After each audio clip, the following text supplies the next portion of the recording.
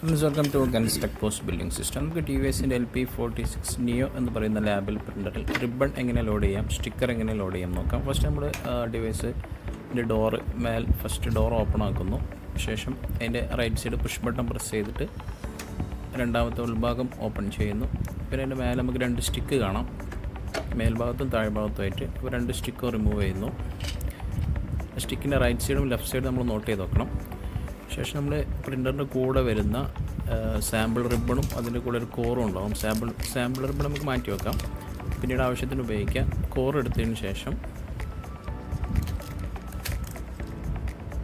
നമ്മൾ പുറത്തെടുത്ത സ്റ്റിക്ക് മേൽഭാഗത്തുള്ള സ്റ്റിക്കിൻ്റെ അതിനോട് ലോഡ് ചെയ്ത് കഴിഞ്ഞാൽ ആ മേൽഭാഗത്തുള്ള സ്റ്റിക്ക് കോറോട് കൂടെ തന്നെ നമ്മൾ മേൽഭാഗത്ത് തിരിച്ച് പ്ലേസ് ചെയ്ത് വെക്കുക. അത് ശ്രദ്ധിക്കേണ്ട കാര്യം, കറക്റ്റ് ലോക്ക് ആയിട്ടുണ്ടോ നോക്കണം, അല്ലെങ്കിൽ പ്രിൻ്റ് ശരിക്ക് വരുന്നതല്ല. പ്രിൻ്റർ റെഡ് ലൈറ്റ് ബ്ലിങ്ക് ചെയ്തുകൊണ്ടേയിരിക്കും. ശേഷം നമ്മൾ നോർമൽ 300 മീറ്റർ വരുന്ന 150-300 4 ഇഞ്ച് വിടുത്തുള്ള റിബൺ ആണ് ഇവിടെ ഉപയോഗിക്കുന്നത്. റിബൺ എടുക്കുന്നു, രണ്ടാമത്തെ സ്റ്റിക്കിൽ റിബണിൽ ഇൻസേർട്ട് ചെയ്യുന്നു. ശേഷം റിബൺ താഴ്ഭാഗത്താണ് വെക്കേണ്ടത്. വെക്കേണ്ട രീതി ഇതാണ്, തല തിരിഞ്ഞു പോവാതെ ശ്രദ്ധിക്കണം. നമുക്ക് റൈറ്റ് സൈഡിലൊരു സ്പ്രിങ് ആക്ഷൻ കാണാം, അവിടെ വെച്ചതിന് ശേഷം ലെഫ്റ്റ് സൈഡിലേക്ക് കറക്റ്റ് ലോക്ക് ചെയ്യണം. ഇവിടെയാണ് എല്ലാവർക്കും ഒരു മിസ്റ്റേക്ക് പറ്റുന്നത്, കാരണം അത് കറക്റ്റ് ലോക്ക് ആവാത്തത് കൊണ്ട് പ്രിൻ്റർ വർക്കായിരിക്കും, പക്ഷേ റെഡ് ലൈറ്റ് കത്തിക്കൊണ്ടേയിരിക്കും. കറക്റ്റ് അലൈൻമെൻറ്റിൽ പ്രിൻ്റ് വരുന്നതല്ല. കറക്റ്റ് ലോക്ക് ആയതിന് ശേഷം മറ്റേ എൻഡ് റിബണിൻ്റെ നെക്സ്റ്റ് എൻഡ് നമ്മൾ മേൽഭാഗത്തുള്ള കോറിൽ ഒട്ടിച്ച് വെക്കുക. സെല്ലോ ടോപ്പോ അങ്ങനെ എന്തെങ്കിലും എടുത്തിട്ട് ഒട്ടിക്കുക. ശേഷം റിബണ് ലോഡ് ചെയ്യുക. നമുക്ക് ഈ ബ്ലാക്ക് വരുന്ന ഭാഗത്താണ് മെഷീൻ ഉള്ളത്, അവിടെ നിന്നാണ് പ്രിൻ്റ് സ്റ്റാർട്ട് ചെയ്യാം. ഓക്കെ, അപ്പോൾ റിബൺ കറക്റ്റായിട്ട് ലോഡ് ചെയ്തിട്ടുണ്ട്. ഇനി നമുക്ക് സ്റ്റിക്കർ എങ്ങനെ ലോഡ് ചെയ്യാൻ നോക്കാം.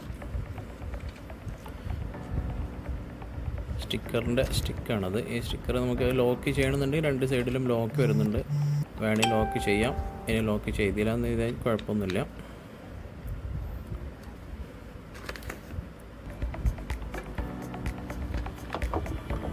സ്റ്റിക്കർ ഇറക്കി വെക്കുക. ഇനി സ്റ്റിക്കർ താഴോട്ട് ഇട്ടതിന് ശേഷം ഇവിടെയാണ് പ്രധാനമായും ശ്രദ്ധിക്കേണ്ട കാര്യം.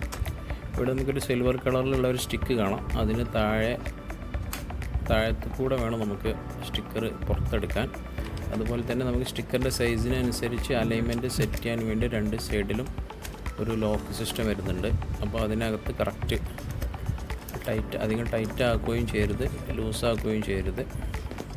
അപ്പോൾ സിൽവർ സ്റ്റിക്കിൻ്റെ ഉള്ളിലൂടെ എടുത്തതിന് ശേഷം ഇതാ 2 റൈറ്റിലും ലെഫ്റ്റിലുള്ള ലോക്കിനകത്ത് കറക്റ്റ് ലോക്ക് ചെയ്യുക. ശേഷം അതിൻ്റെ സെൻസറാണ് ഫ്രണ്ടിൽ വരുന്നത്. അത് സെൻസർ ഫ്രണ്ടിലേക്ക് സ്റ്റിക്കറിന് ടൈറ്റ് ആവുന്ന രീതിയിൽ ഫ്രണ്ടിലേക്ക് നീക്കി കൊടുക്കുക.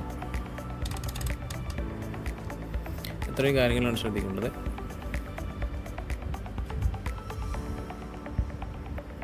ഓക്കെ, ഇനി പ്രിൻ്റർ കറക്റ്റ് ലോക്ക് ചെയ്യണം. അത് ലോക്ക് ചെയ്യുമ്പോഴും ശ്രദ്ധിക്കണം. ചിലപ്പോൾ ചില സമയത്ത് ലോക്കായതായി നമുക്ക് ഫീൽ ചെയ്യും, കറക്റ്റ് ലോക്കായിട്ടുണ്ടാവില്ല. അത് നന്നായി പ്രസ് ചെയ്ത് കൊടുക്കണം.